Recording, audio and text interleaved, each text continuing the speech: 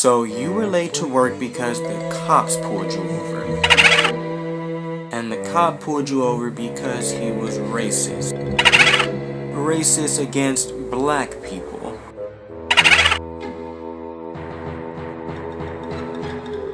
I'm gonna go ahead and start the show.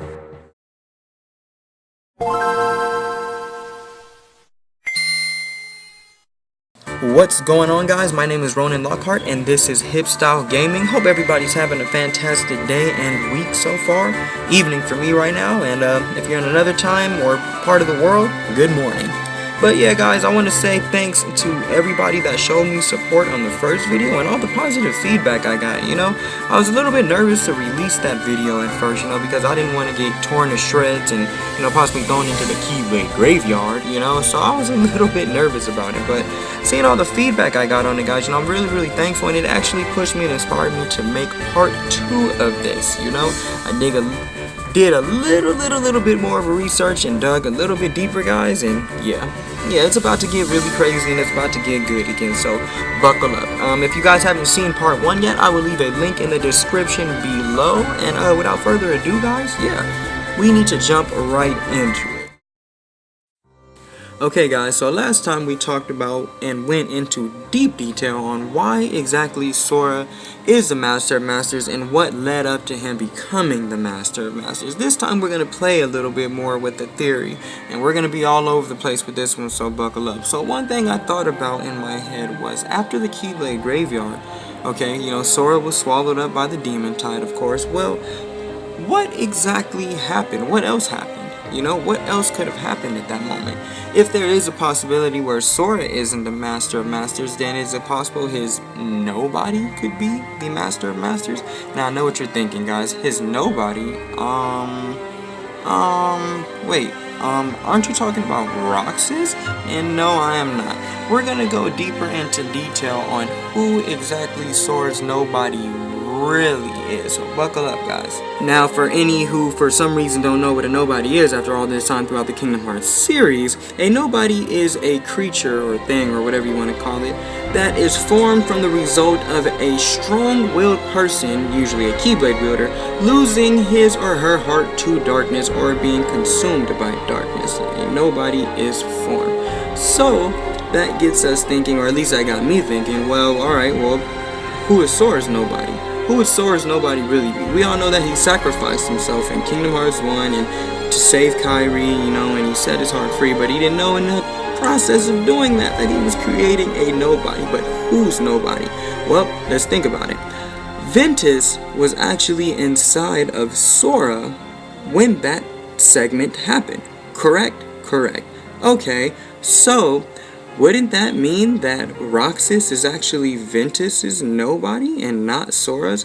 And wouldn't that mean that the slot for Sora's nobody is still wide open? So, if you guys need a little bit of reminder, look at it like this. During the events of Birth by Sleep, Xehanort successfully possesses Terra, and then Terra, who for all confusion purposes, I'm just going to call him Terranort since he's possessed by this point, goes off and starts pretending to be Ansem the Wise. Terranort is now performing experiments on subjects of the town, preferably a few that we've all come to know, and himself. Now during this time, he separates himself and he has a nobody and he has a heartless. A nobody and a heartless. Now, they look younger, but the only reason they look younger is because Xehanort is in Terra's body, so it would be a younger appearance, of course. But they are ultimately Xehanort's nobody and Xehanort's heartless, while he was in Terra's body. So now here's the thing. Couldn't the same thing happen for Ventus and Sora? Well, look at it like this. When Sora impacted himself in order to free Kairi's heart, he made who he thought was his nobody, but the thing is, it was actually Ventus's nobody.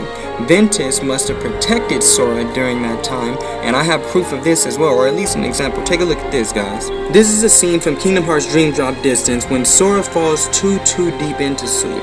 Observe and watch what happens, or at least what Ven's heart does.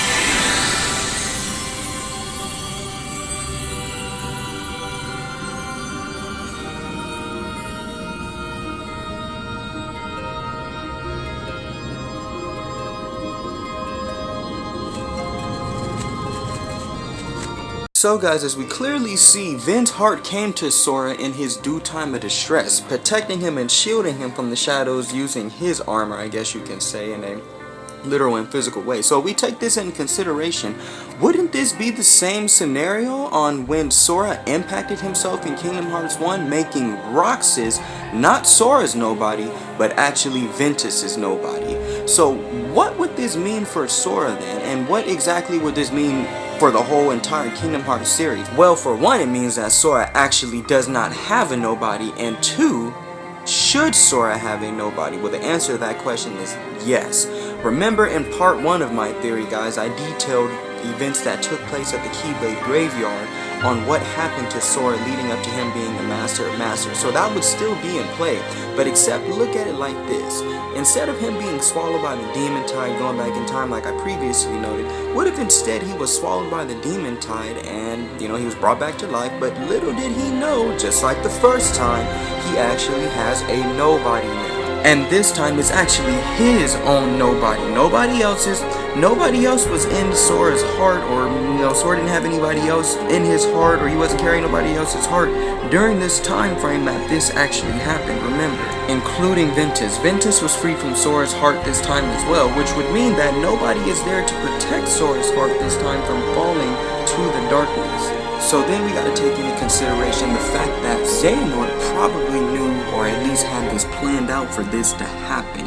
But why would he have this planned out? Well, during the Remind DLC trailer that they released not too long ago, it shows Xehanort having a conversation with the Master of Masters, and Xehanort says how he finally understands and realizes just how important he is. This would mean that Xehanort is actually responsible for the Master of Master, aka Sora's nobody, being created and being put into the time frame in itself. This would possibly explain why Vanitas and Xehanort were so hell-bent on finding Ventus, just even besides the fact that he's a guardian of light. Maybe they needed to find him and get him out of Sora's heart, so that way when Sora did lose at the Keyblade Graveyard, it would create the nobody, the Master of Masters. So it would all make sense, guys. I mean, hey, I could be wrong, but it looks pretty spot on, but I guess only time will tell. And also, we gotta remember, Xehanort has been known to be a devious tactician. He's always one step ahead of his competition, okay? So if that is the case, and he has future insight from the Master of Masters himself,